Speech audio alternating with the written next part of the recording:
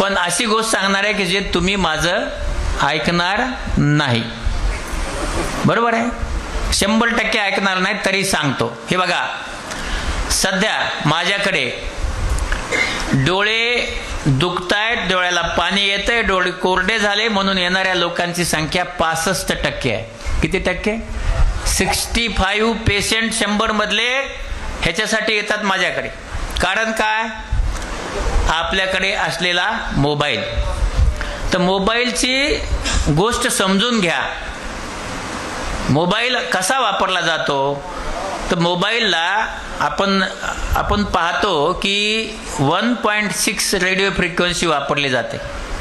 आणि ही 1.6 radio frequency जेव्हा या एका फोनवर आणि या एका फोनवर त्या वेव्ह निर्माण होतात आणि त्या वेव्ह आपला फोन मॅग्नेटिक एनर्जीने कॅच करतो. Magnetic energy.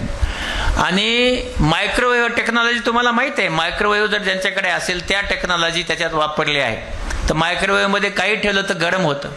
तर ती टेक्नॉलॉजी वापरून मॅग्नेटिक वेव्हनी आपला तो पकडला जातो. आपण कानाला लावतो, त्या ज्या वेव्ह आहेत कानात जाऊन आता लोकांनी ऍक्सेप्ट केलंय की 5% मेंदूचे कॅन्सर कानाच्या जवळ मोबाईल लावल्यामुळे होत आहेत सध्या.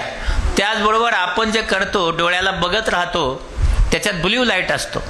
याच्यामुळे आपला डोळा कोरडा होतो. एक, ब्ल्यू लाईटकडे बघत असताना आपल्या बाहुल्या ज्या आहेत, डोळ्यात बाहुल्या असतात, त्या आकुंचन पावतात. ते स्नायू आहेत. आपण असा हात धरला 4 तास तर धरू शकतो का?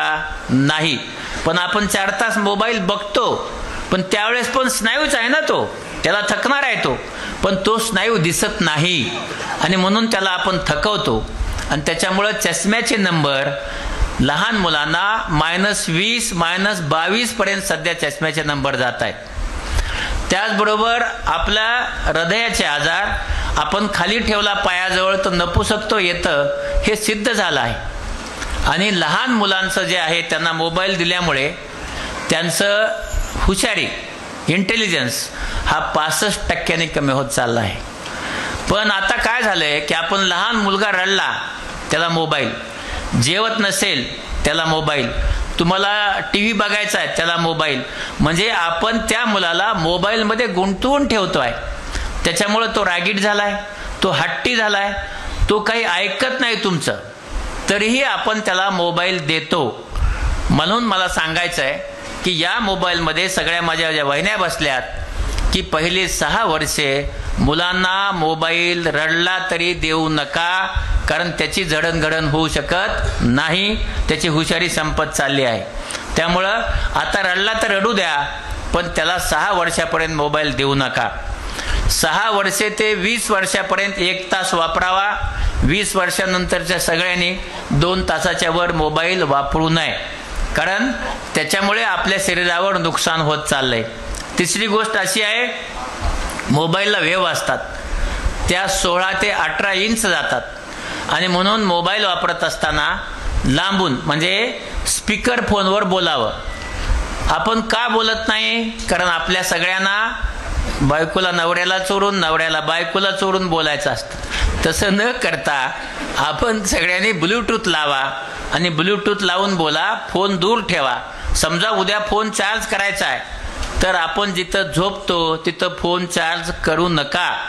तो फोन लिव्हिंग रूम मध्ये चार्ज करा, ज्याच्यामुळे त्यात रात्रभर वेव्ह आपल्या डोक्याला लागणार नाहीत. आणि फोन हातात घेऊन जा आणि हातात घेऊन जिथं बसला तिथे ठेवा. शरीराच्या कुठल्याही खिशामध्ये ठेवू नका किंवा एखादी बॅग वापरा. फोन वापरणारच आहात तुम्ही, वापरत असताना लहान मुलांना देऊ नका. 1 तास वापरा, तुम्ही 2 तास वापरा आणि लांब ठेवा. असं केल्याने तुम्हाला मोबाईलमुळे होणारे दुष्परिणाम कमी होतील.